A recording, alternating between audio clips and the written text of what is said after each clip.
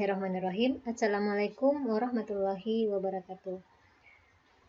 Kita memasuki pertemuan yang ke-6 pada mata kuliah kita Kalkulus 1, yang untuk pertemuan hari ini kita masih membahas pada materi fungsi. Dan untuk submateri yang akan kita bahas hari ini adalah menjelaskan macam-macam fungsi.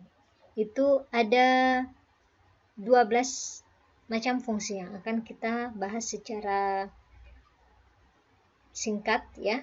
Yang pertama fungsi aljabar, yang kedua fungsi transenden, yang ketiga fungsi polinom, yang keempat fungsi rasional, yang kelima fungsi bernilai mutlak, yang keenam fungsi banyak aturan, yang ketujuh fungsi genap, 8 fungsi ganjil, yang ke-9 fungsi trigonometri, selanjutnya fungsi periodik, kemudian translasi dan pergeseran atau translasi atau pergeseran, dan yang terakhir adalah fungsi komposisi.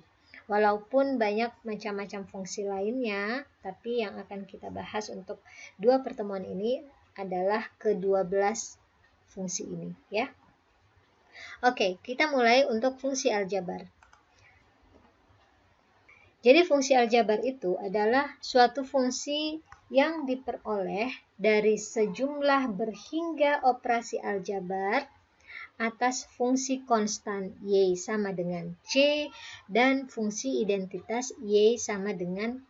Maksud dari operasi aljabar yang kita lakukan pada kedua fungsi ini itu adalah seperti penjumlahan, pengurangan, perkalian, pembagian, kemudian ada juga pemangkatan, dan bahkan ada juga penarikan akar. Sebenarnya fungsi aljabar ini yang sering kita jumpai sehari-hari ya, yang sering kita jumpai sebelumnya.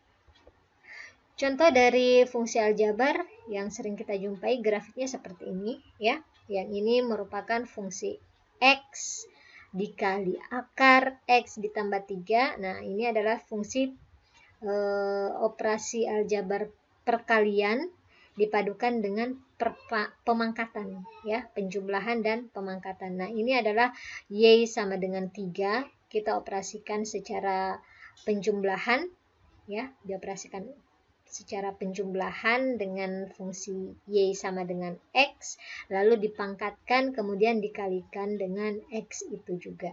Nah, jadi ini salah satu fungsi aljabar dan grafiknya seperti ini ya. Kemudian ada fungsi yang kita misalkan fungsi GX, di sini ada pengurangan, operasi pengurangan, kemudian perpangkatan, pemangkatan ya, kemudian akar pangkat 4. Nah, ini juga merupakan suatu fungsi aljabar karena memiliki sejumlah operasi aljabar ya. Lalu berikutnya ada fungsi ini HX ya. Jadi X dipangkatkan, ini diperkurangkan, X dengan 2 dikurangkan, kemudian dipangkatkan, kemudian dikalikan dengan pangkat X pangkat 2/3. Jadi inilah 3 contoh yang bisa kita lihat ya sebagai contoh dari fungsi aljabar. Kemudian kita lanjut ke fungsi transenden. Nah, fungsi transenden ini merupakan suatu fungsi elementer yang tidak termasuk ke dalam fungsi aljabar. Nah, salah satu contohnya adalah fungsi logaritma. Nah, di sini ada beberapa grafik dari logaritma. Ada yang logaritma X ya, ini adalah bilangan basisnya. Basis dari logaritma itu 10. Jadi terkadang ada buku yang menulis basis dari logaritma itu letaknya di atas ini. Di atas sini ya. Jadi 10 log X. Tapi kalau basis dari logaritma itu 10 itu tidak ditulis.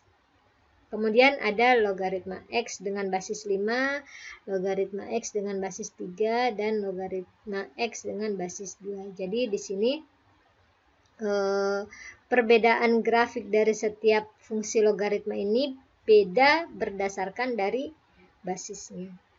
Oke, kemudian ada lagi fungsi transenden berikutnya, yaitu fungsi 2 pangkat X. Jadi biasanya kita variabel yang berpangkat, tetapi ini adalah bilangan yang berpangkat variabel. Jadi bilangan bulat yang berpangkat dengan variabel.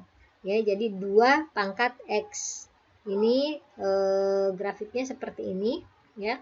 Kemudian ada lagi fungsi sama, ya, bilangan yang berpangkat variabel 0,5x. Jadi tidak hanya bilangan bulat saja, tetapi bilangan desimal pun bisa. Bilangan yang negatif pun juga bisa. Artinya bilangan real yang berpangkat variabel. Nah, jadi ini adalah beberapa contoh dari fungsi transenden. Fungsi trigonometri, ya, fungsi eksponensial, dan berbagai macam fungsi lainnya yang bukan merupakan fungsi aljabar.